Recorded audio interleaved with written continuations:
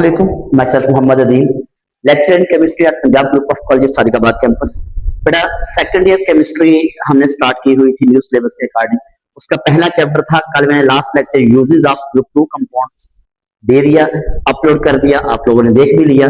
नहीं देखा तो आप लोग जाकर देख लेंगे। आज हम एक्सरसाइज के शॉर्ट क्वेश्चंस जो है ना, शॉर्ट आंसर क्वेश्चंस जो है उस पे आज मेरा लेक्चर है। तो मैं बड़ा इजी वर्डिंग में लिखने वाला हूँ आपको, ताकि प्रॉब्लम ना हो। आप कोई हेल्पिंग बुक अगर आपके पास नहीं है तब भी प्रॉब्लम सॉल्व, और अगर आपके पास है और उस पर बड़ी डिटेल लिखी हुई है, बड़ी एक्सप्लेनेशन दी हुई है, तो मैं आपको टू द पॉइंट आंसर बताऊंगा। आपने वो टू द पॉइंट आंसर याद करना है, लिखना है, आपका वो परफेक्ट आंसर होगा। तो आपने इस पर तवज्जो देनी है जी, बड़ा इंपॉर्टेंट आज का लेक्चर है। तो चलिए जी, पहला सवाल मैंने पहले सवाल लिख लिए हैं जो आपके टेक्स्ट बुक के मतलब एक्सरसाइज में दिए हुए हैं, वो मैंने लिख लिए हैं ताकि आप लोग जो है उसको देख लें। पहला सवाल है मेरा कि exactly 0.1 mole of calcium hydroxide and barium hydroxide are added to a separate beaker containing 100 cubic centimeter of water and stirred to form a saturated solution। बात को तवज्जो से सुनना है। कहता है आपके पास जो है, ये देखें मैं बता देता हूं। कहता आपके पास दो बीकर हैं, 100 क्यूबिक सेंटीमीटर उसमें पानी डाला हुआ है। एक ये बीकर है, एक ये बीकर है, दोनों में 100 क्यूबिक सेंटीमीटर पानी है। इसमें भी 100 क्यूबिक सेंटीमीटर और इसमें भी 100 क्यूबिक सेंटीमीटर पानी है। एक में आपने क्या डाला हुआ है, कैल्शियम हाइड्रोक्साइड, ठीक है, और एक में क्या डाला हुआ है, बेरियम हाइड्रोक्साइड। बात को बेटा तवज्जो से सुनिएगा, अभी मैं सवाल समझा रहा हूं आपको। ये जी इस यहां तक इसका ये मतलब बनता था, आपने दोनों का सैचुरेटेड सॉल्यूशन बनाया हुआ है 0.1 मोल। अच्छा जी, फिर क्या करता है, explain which solution has higher pH value. ये बताना है कि किसकी पीएच वैल्यू ज्यादा है। 100 क्यूबिक सेंटीमीटर पानी इधर, 100 क्यूबिक सेंटीमीटर पानी इधर, और एक में कैल्शियम हाइड्रोक्साइड, एक में बेरियम हाइड्रोक्साइड। यार बात सुनिएगा, हाइड्रोक्साइड है दोनों में, OH ट्वाइस, ठीक है। टॉप टू बॉटम हाइड्रोक्साइड की सोलबिलिटी इंक्रीज होती है। कैल्शियम ऊपर पड़ा है, बेरियम नीचे। ये देखें, ये देखें, ये देखें, beryllium, magnesium, calcium, strontium, barium, ठीक है। मतलब ये वो पूछ रहा है कैल्शियम हाइड्रोक्साइड और बेरियम हाइड्रोक्साइड। देखिए जरा, कैल्शियम ऊपर है, बेरियम नीचे है। आप कहेंगे sir top to bottom solubility increase होती है, तो लिहाजा बेरियम हाइड्रोक्साइड 100% सोलबल हो जाएगा पानी के अंदर। जो 100% है, जो 100% है वो सारे के सारे OH अपने पानी को दे देगा। तो आपको पता OH बेस है, पीएच ग्रेटर देन 7 हो जाती है, पीएच हाई, जितना जितनी ज्यादा बेस उतनी पीएच ज्यादा, मतलब जितनी पीएच ज्यादा उतनी ज्यादा बेस, ठीक है। तो आप कहेंगे सर ये 100% पानी के अंदर सोलुबल है, ये अपने सारे के सारे OH दे देगा, लिहाजा ये इसके केस में पीएच ज्यादा होगा। इसके केस में दोबारा सुनिएगा, explain which solution has higher pH value. Barium hydroxide, barium hydroxide has the higher pH value because top to bottom in hydroxide case, top to bottom solubility increases, barium hydroxide is 100% soluble and give the more OH ion, so pH is increases। जो मैं wording बोली है यही answer है आपका। इतना आसान, मैं लिख नहीं रहा, मैंने बोला है आपको, जो लिखने वाला होगा मैं लिख भी दूंगा। ये लिखने वाला नहीं था, बड़ा आसान सा मैंने लिख दी, आपको बता दिया। दूसरे सवाल पे आते हैं। The size of dichromate ion is larger than sulphate ion. Dichromate ion का साइज लार्जर होता है सल्फेट आयन से, ठीक है। Okay, following the pattern for solubility of group 2 sulphate. कहता है आपने ग्रुप 2 सल्फेट की के पैटर्न को फॉलो करना है, सोलबिलिटी वाले पैटर्न को। वैसे मैं आपको पहले बता दूं, ग्रुप 2 का जो हाइड्रोक्साइड का पैटर्न है वो तो टॉप टू बॉटम इंक्रीज होता है, लेकिन सल्फेट के केस में क्योंकि लार्जर आयन हो जाता है, सल्फेट के केस पे क्या होता है, top to bottom solubility decrease होना शुरू हो जाती है, साइज बढ़ता है, फोर्स ऑफ अट्रैक्शन कम हो जाती है, ठीक है। टॉप टू बॉटम सल्फेट के केस में सोलबिलिटी डिक्रीज होती है। अच्छा, predict which of calcium dichromate and strontium dichromate is more soluble in water. वैसे मैं अभी बता भी चुका हूं, सवाल दोबारा सुन लें। विच ऑफ कैल्शियम डाइक्रोमेट, ये देखें, और strontium dichromate is more soluble. ज्यादा सोलबल कौन है? मैंने बताया भी है, top to bottom solubility decrease हो रही है। तो यार जो ऊपर है वो सोलबल ज्यादा होगा, जो नीचे है वो सोलबल कम होगा। यहाँ पे कैल्शियम और स्ट्रोंशियम, ये है कैल्शियम और ये है स्ट्रोंशियम, ये ज्यादा सोलबल होगा, ये कम सोलबल होगा, सिंपल। तो आप कहेंगे calcium dichromate is more soluble, calcium dichromate is more soluble than strontium dichromate because आगे ये लिख देंगे following the pattern for the solubility of group 2 sulphates, the solubility of the sulfate top to bottom decreases. So calcium dichromate is more soluble and strontium dichromate is less soluble. बड़ा आसान है सवाल, इतना बड़ा जवाब इतना सा, बड़ा आसान सा जवाब। तो आप इसको कंसेप्ट लेके इसको लिख लेंगे, याद कर लेंगे। तीसरा सवाल आते हैं मतलब सी, जो कि लिखा हुआ right the balance equation for the reaction of barium with cold water. ये लिखने वाला मैं लिख देता हूं, ये लिखने वाला है मैं लिख देता हूं। सी का आंसर लिखने लगा हूं कि बेरियम का कोल्ड वाटर के साथ रिएक्शन करवा देते हैं। ये देखिए barium plus cold water H2O, आप रिएक्शन करवाएंगे तो क्या बनेगा? बेरियम का कोल्ड वाटर के साथ यहां बेरियम बनेगा हाइड्रोक्साइड, साथ में हाइड्रोजन। मैं वाटर को बेटा, वाटर को मैं ऐसे भी लिख सकता हूं, ये जरा समझने के लिए आसान होगा। ये देखिए मैंने वाटर को ऐसे लिख दिया, बेरियम को कितने OH चाहिए? 2 OH चाहिए, 2 से मल्टीप्लाई कर दें, 2 OH बेरियम के साथ बाकी रहेगा 2H, 2H मैंने यहां लिख दिया। देखिए ये आपने बैलेंस्ड केमिकल इक्वेशन लिख दी। क्या लिख दी? Balanced chemical. सी का आंसर यही है, बस सी का यही आंसर है। चलिए डी पढ़ते हैं, डी पढ़ते हैं। Why does beryllium metal form a protective layer on reacting with air while others not? मैंने ये टॉपिक पढ़ाते हुए भी कहा था, बताया था। मेरा अगर पिछला टॉपिक लेक्चर जाकर सुने ना, उसमें भी आंसर है, लेकिन मैं फिर यहां दोबारा बता देता हूं। कहता why does beryllium metal form a protective layer on reacting with air. कहता बेरिलियम मेटल ही क्यों एयर के साथ जब रिएक्ट करती है तो प्रोटेक्टिव लेयर बनाती है, बाकी क्यों नहीं बनाती मेटल्स? मतलब बेरिलियम के अलावा मैग्नीशियम है, कैल्शियम है, स्ट्रोंशियम है, बेरियम है, वो क्यों नहीं बनाते भाई? क्या है? चले मैं इसका भी आंसर लिख देता हूं, थोड़े से पॉइंट। क्या बेरिलियम का जो आयन है बेटा, देखेंगे बात सुनेगा तो वजह से आपको पता है सबसे छोटा साइज इसका है।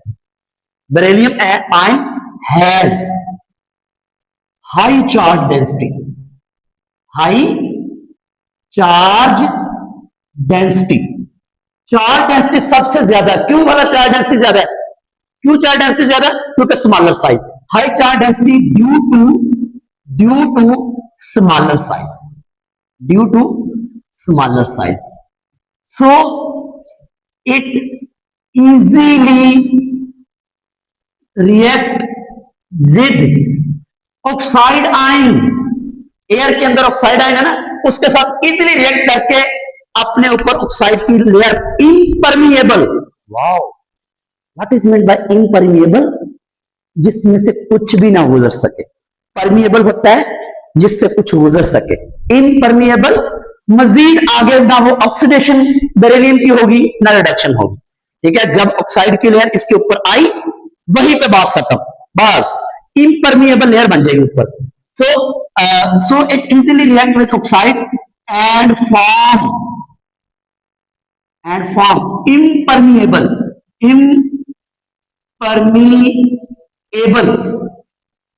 layer of oxide and prevent further oxidation। बस इतना सा आंसर, बड़ा आसान सा है भाई। मजीद ऑक्सीडेशन नहीं होगी, वहीं पे ऑक्सीडेशन स्टॉप हो जाएगी। चलिए नेक्स्ट पढ़ते हैं। नेक्स्ट है, अच्छा हमने ए भी कर लिया, बी भी कर लिया, सी भी कर लिया और डी भी कर लिया। ई पे बात करते हैं। Predict the products of thermal decomposition of barium nitrate, write the chemical equation. ई भी कर लेते हैं। ये देखिए कहता ऐसा करें कि थर्मल डीकंपोजिशन करवा के दिखाएं बेरियम नाइट्रेट की और बताएं कौन से प्रोडक्ट बनेंगे। बना लेते हैं। ये देखें बेरियम नाइट्रेट, ये है जी बेरियम नाइट्रेट का थर्मल डीकंपोजिशन, मतलब इसको हीट दे दें, हीट दे दें ये थर्मल डिकम्पोजिशन होगी, किसी चीज को तोड़ना और छोटे छोटे मॉलिक्यूल्स में कन्वर्ट करना in the presence of heat is called thermal decomposition. उसको हम थर्मल डिकम्पोजिशन कहते हैं। ठीक है, इसकी थर्मल डिकम्पोजिशन के बाद क्या बनेगा? बेरियम ऑक्साइड, साथ में नाइट्रोजन डाइऑक्साइड और साथ में ऑक्सीजन, साथ में ऑक्सीजन। तो इक्वेशन को बैलेंस करते हैं। यहां पे लेट्स सपोज मैं इसको लगाता हूं 2, तो इधर बेरियम के साथ 2 लगाना पड़ेगा। अब यहाँ पे 2 और 2 टू द 4, नाइट्रोजन के साथ 4 लगाना पड़ेगा। Nitrogen balance, barium balance. अब रहेगा ऑक्सीजन, 3 तो 6, 6 दूनी 12। ये देखे ना, ऑक्सीजन के साथ देखें 3 लगा हुआ है, बाहर 2 है। 3 टू द 6, 6 टू द 12। इधर देखें फिर 4 टू द 8, 8 और ये 2, 10 और 2 12। इक्वेशन बैलेंस है। क्या बताना है? यही पूछा ना। राइट कहता predict the product of thermal decomposition of barium, मतलब जब बेरियम नाइट्रेट को तोड़ते हैं तो क्या बनता है? प्रोडक्ट बताएं। प्रोडक्ट ये बनता है, आप बताएंगे barium oxide, product barium oxide, nitrogen dioxide और ऑक्सीजन।